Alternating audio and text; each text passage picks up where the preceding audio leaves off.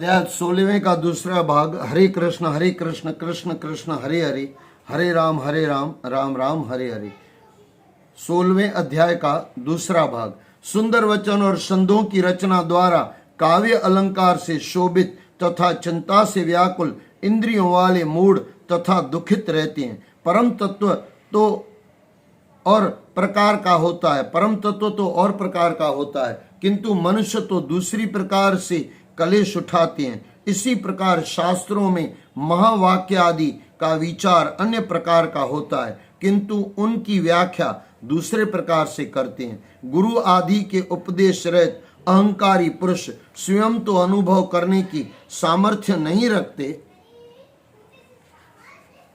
और दूसरों से पूछने में लज्जा करते हैं। कई वेद शास्त्र पढ़कर दूसरों को उपदेश देते हैं, किंतु स्वयं ब्रह्म तत्व नहीं जानते। जैसे कलशी पाक रस में फिरती हुई फिर भी पाक स्वाद को नहीं जानती, जिस प्रकार पुष्पों का भार तो सिर पर होता है, परंतु उसकी सुगंधि का ज्ञान तो नासिका ही जानती है। इस प्रकार वेद शास्त्र तो सब पढ़ते हैं, परंतु मोक्ष तत्व का विचार कोई विरला ही करता है। मोक्ष तत्व तो आत्मा में स्थित है, परंतु मूर्ख मनुष्य उसे न जानकर शास्त्रों में खोजता है। जैसे मूढ़मती ग्वाला काख में बकरी का बच्चा रहते हुए भी उसे कुएं में देखता है। केवल आत्म तत्व की बात करने से अज्ञान की निवृत्ति नहीं होती। जैसे दीपक की बात करने से अंधकार नहीं छटता, बुद्धिहीन का पढ़ना अंधे को दर्पण दिखाने जैसा है। इसी प्रकार बुद्धिमान पुरुषों को ही शास्त्र पढ़ने से तत्व ज्ञान होता है। दिव्य सहस्त्र वर्षों की आयु भी शास्त्रों की समझने के लिए कम है। अतः यह ज्ञान है, यह सत्य है। अतः यह ज्ञान है, यह सत्य है। इस प्रकार से सार रूप समझना उत्तम है। शास्त्र विशाल है, आयु थोड़ी है, उसमें भी करोड़ों विघ्न बाधाएं हैं। अतः शास्त्रों का सार तत्व ही जानना उत्तम है। जैसे जल में दूध को हंस ग्रहण कर लेता है, उसी प्रकार बुद्धिमान पुरुष वेद शास्त्रों को पढ़कर तत्व ज्ञान को समझ ले। जिस प्रकार धान चाहने वाला पुआल में से धान निकालकर पुआल को फेंक देता है, उसी प्रकार तत्व ज्ञान पाकर पूरे शास्त्र को छोड़ दें। जैसे अमृत से तृप्त पुरुष अन्य आहार से कोई प्रयोजन नहीं रखता, वैसे ही तत्व ज्ञान होने पर पूरे शास्त्रों से कोई प्रयोजन न रखें। हे गरुड़, वेदों के पढ़ने से मुक्ति नहीं मिलती और न शास्त्रों के पढ़ने से मुक्ति मिलती है, केवल तत्व ज्ञान से ही मुक्ति मिलती है। चारों आश्रम मुक्ति का कारण नहीं है, न छठ दर्शन ही कारण है। उसी प्रकार सब शुभ कर्म भी मुक्तिदाता नहीं है, केवल ज्ञान ही मुक्ति का कारण है। गुरु की केवल एक वाणी ही मुक्ति को देने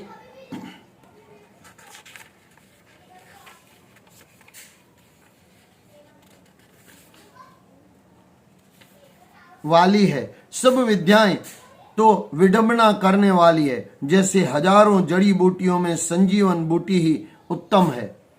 एक अद्वैत ब्रह्म ज्ञान कल्याणप्रद है, उसमें कर्म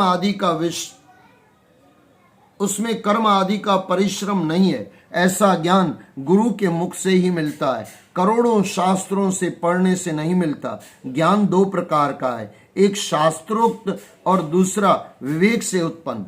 शास्त्रोक्त ज्ञान तो शब्दमय ब्रह्म है और विवेक से उत्पन्न ज्ञान परब्रह्म रूप है। कोई अद्वैत को श्रेष्ठ मानता है तो कोई द्वैत को श्रेष्ठ मानता है, परंतु द्वैत और अद्वैत रहित सम तत्व को नहीं जानते। यह मेरा है, यह मेरा नहीं है, यह दो शब्द मोक्ष के बंधन है। मेरा है से जीव बंध जाता है और मेरा नहीं है से जीव बंधन मुक्त हो जाता है। कर्म वही है जिसमें बंधन न हो और विद्या वह है जो मुक्ति प्रदान करने वाली हो। अन्य कर्म तो केवल परिश्रम के लिए है एवं विद्याएं केवल शिल्प में निपुणता हेतु है। जब तक सांसारिक वासनाएं और इंद्रियों की चंचलता है, तब तक तत्व ज्ञान नहीं मिल सकता।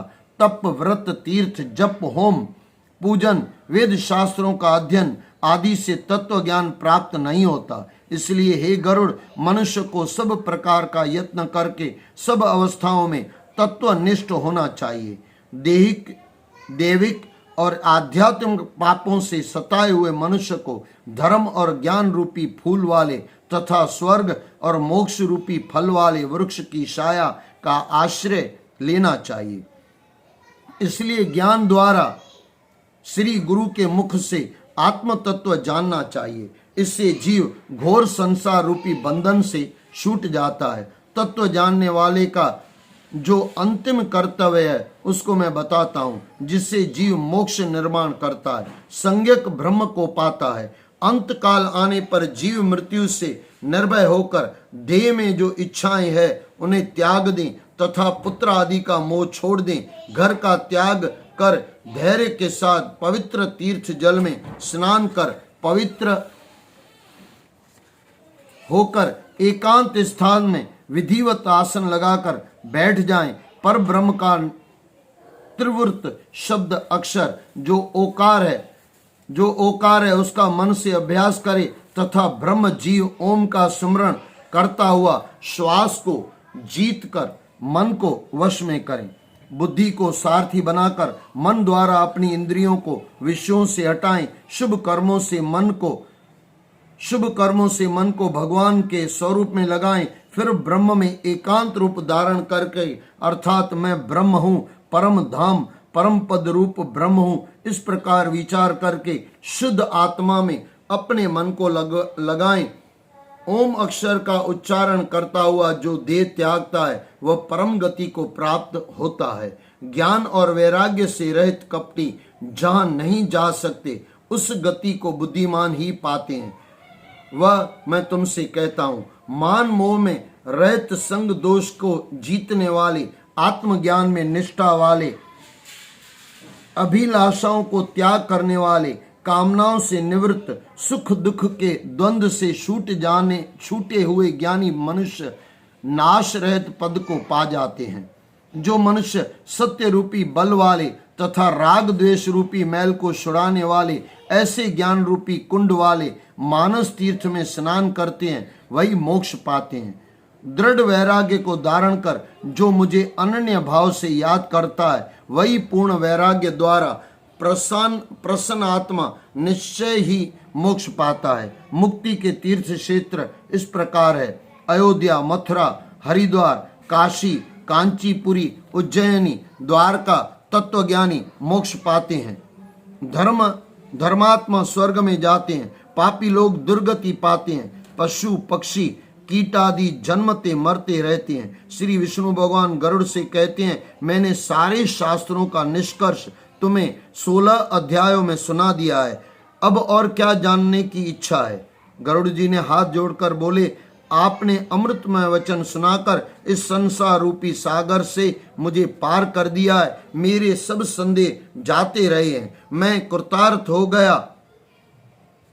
जो सुमरन करने से दुर्गति को हटाते हैं, पूजन यज्ञ द्वारा जो सद्गति देते हैं, अनन्य भक्ति के द्वारा मुक्ति देते हैं, ऐसे हरि भगवान जन्म मरण से मेरी रक्षा करें। अध्याय 16वां पूरा हुआ। दूसरा भाग अध्याय 16 का पूरा हुआ। अध्याय 17वां शुरू हुआ। श्री विष्णु भगवान ने कहा, हे गरुड़, मैंने सब औदर्व देख परलोक संबंधी सब कथा कह सुनाई। जो इस आख्यान को 10 दिन के भीतर सुनते हैं उनके सब पाप नष्ट हो जाते हैं। यह परलोक संबंधी कृत्य पितरों को मुक्ति देता है एवं पुत्रों के मनोरथ पूर्ण करता है।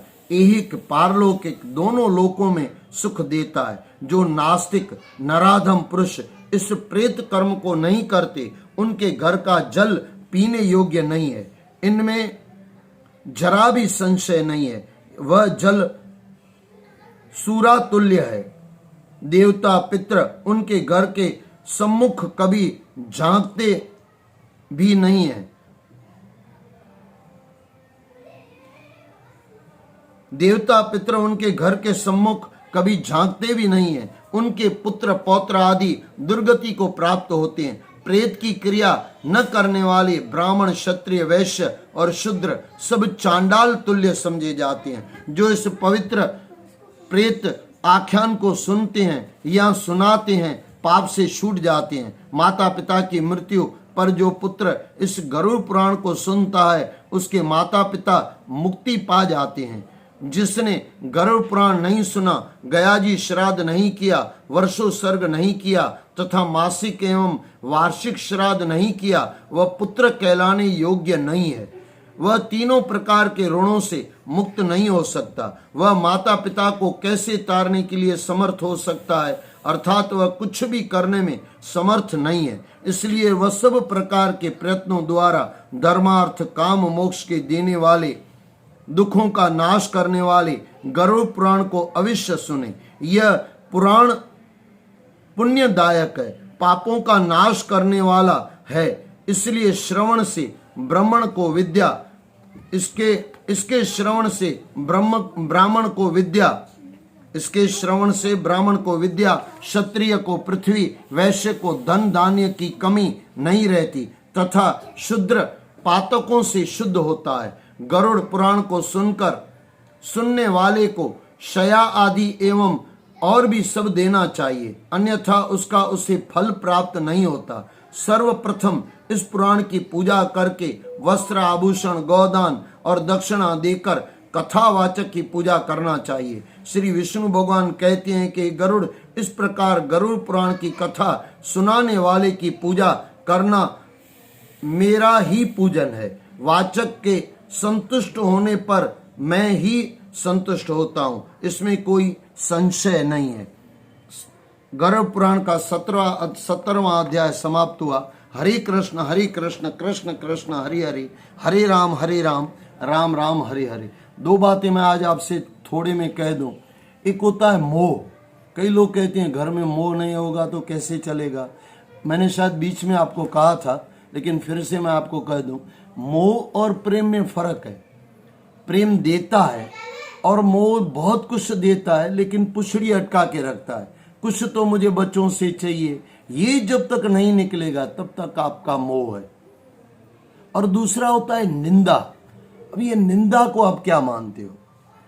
मान लो कि किसी बड़े आदमी ने कुछ गलत किया, अब उसका आप बता रहे तो आप निंदा कर रहे हो।